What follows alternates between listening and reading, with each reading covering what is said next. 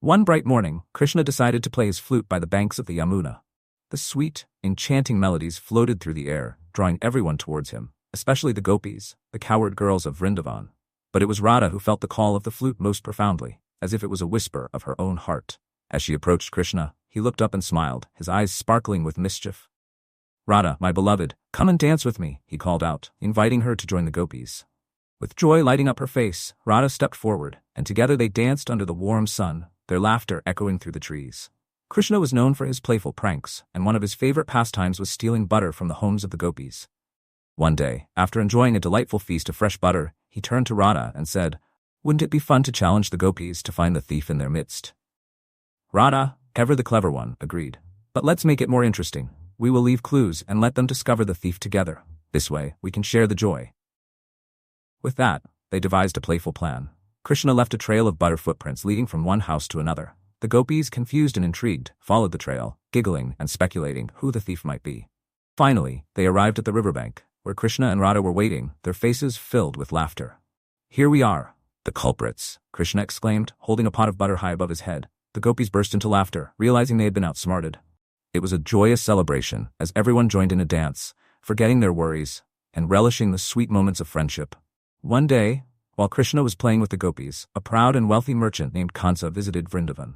He boasted of his riches and accomplishments, often belittling the simple lives of the villagers. His arrogance troubled Radha, who believed that true wealth lies in love and humility. Krishna, always the mediator, decided to teach Kansa a lesson. He invited him to a grand feast at his home. "Come, Kansa, let us celebrate your success with a feast fit for a king," Krishna said, a twinkle in his eye. At the feast, Krishna arranged for simple, humble dishes made with love. Kansa, expecting a lavish banquet, was initially disappointed, but as the meal progressed, he realized the food was delicious, filled with flavors that awakened his senses. During the feast, Krishna shared stories of the villagers and their simple lives.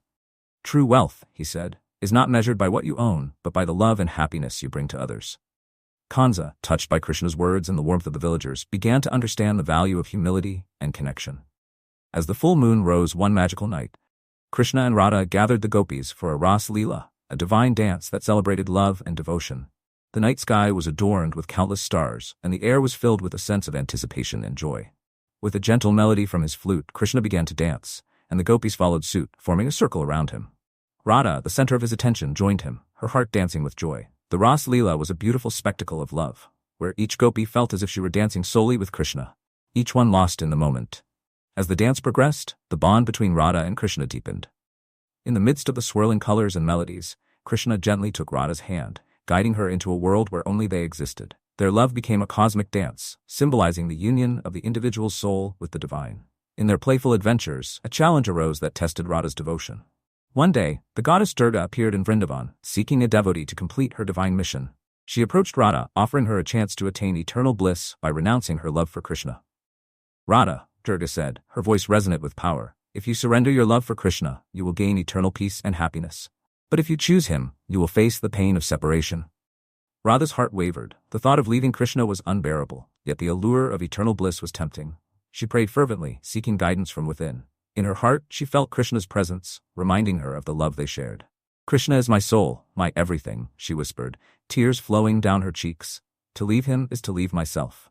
With her unwavering love, Radha chose Krishna. As a reward for her devotion, the goddess Durga smiled and blessed her, saying, "Your love is pure, and it shall remain eternal. You and Krishna shall forever be united in spirit, transcending the bounds of time and space."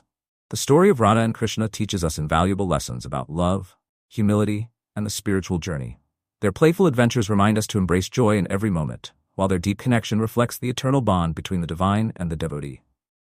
As the years went by, Radha and Krishna's love story became a timeless legend, inspiring countless souls to seek the divine in their hearts.